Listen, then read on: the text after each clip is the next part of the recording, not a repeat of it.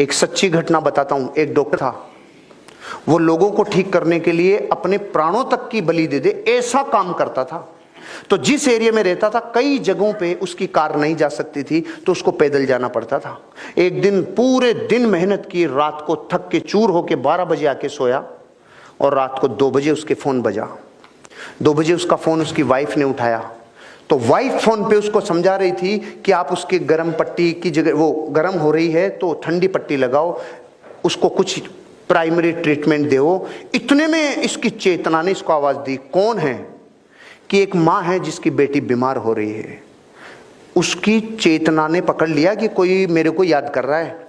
फिर उसने क्या किया, उसने पूछा कि कितनी प्रॉब्लम है, कि बुखार 104 डिग्री प्लस है। खड़ा हो गया, अपना बैग उठाया और चालू हो गया रवाना। वहां तक पैदल जाना था। तो जाते टाइम एक सुरंग थी, सुरंग में से जाते टाइम एक आदमी ने उसको आवाज दी, डॉक्टर। वो रुक गया। माचिस है क्या? तो उसने अपना बैग रखा, माचिस तिल्ली जलाई और उसकी सिगरेट जला दी। जलाते टाइम इसका चेहरा देखा, चला गया। फिर जब वापस आ रहा था उस लड़की का इलाज करके, वापस उसने पूछा, डॉक्टर माचिस है क्या? इसने फिर नीचे बैग रखा, माचिस की तिल्ली जलाई और इसकी सिगरेट जला दी।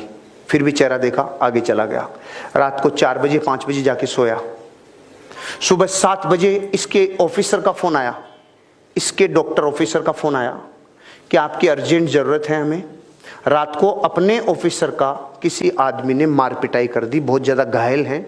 सुरंग में किसी ने इनको लूट लिया और इनको बहुत नुकसान पहुंचाया, इनका इलाज करने के लिए आपको आना पड़ेगा।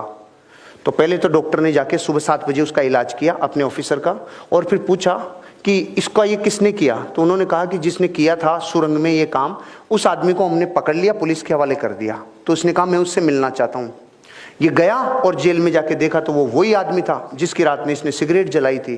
तो इसने बोला, इसने एक ही प्रश्न पूछा जो आपके मन में भी आ रहा है कि मैं भी तो आया था, तूने मुझे क्यों नहीं लूटा? उसका जवाब सुन के मेरी जमीन निकल गई कि मैं तेरे को लूटता भी और तेरे को कूटता भी, लेकिन जब भी तू आया मेरे पास तो तू अकेला नहीं था, तुम दो, और मैं अकेले को लूटता हूं, 2 को नहीं लूटता। अब मैं आपसे पूछ रहा हूं, दूसरा कौन?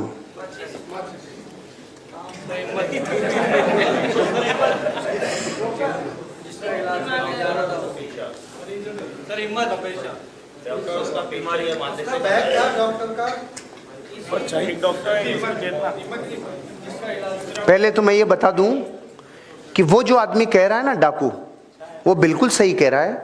2 ही थे, 2 ही थे। लेकिन आप 200 लोगों से पूछना चाहता हूं कि जो अपने प्रोफेशन से इतनी बेइंतहा मोहब्बत करता है, वो तो अकेला ही जा रहा था। उसको 2 कौन दिख रहे थे? इसका जवाब चाहिए।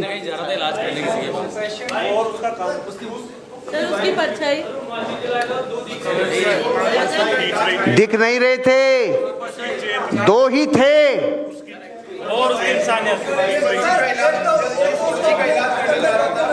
धर्मपत्नी,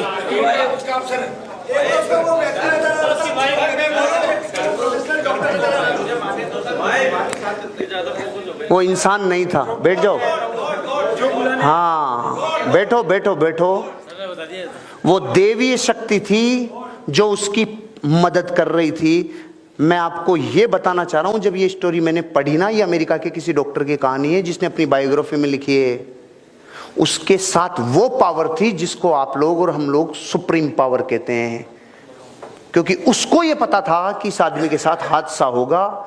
जो अपने प्रोफेशन को इतना बेइंतहा मोहब्बत करता है, वो तो अकेला ही था ना, उसको थोड़ी पता था। उस दिन के बाद उसको यकीन हुआ कि जब मैं अपने काम को प्राणों से ज्यादा पसंद करता हूं तो मेरे को कोई पावर मदद करती है।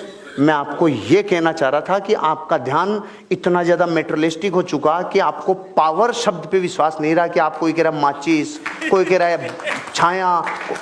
आपको ये तो पता है ना पावर्स होती है, तो यहां ध्यान क्यों नहीं गया? मेरा तो जैसे ही मैंने पढ़ा था ना ये स्टोरी, कि जैसे उसने कहा तू एक नहीं, ओ भाई रे, वो 2 ही थे भाई साहब। लेकिन डॉक्टर को थोड़ी पता चलता कि 2 थे कि नहीं थे। अच्छा लगा तो लाइक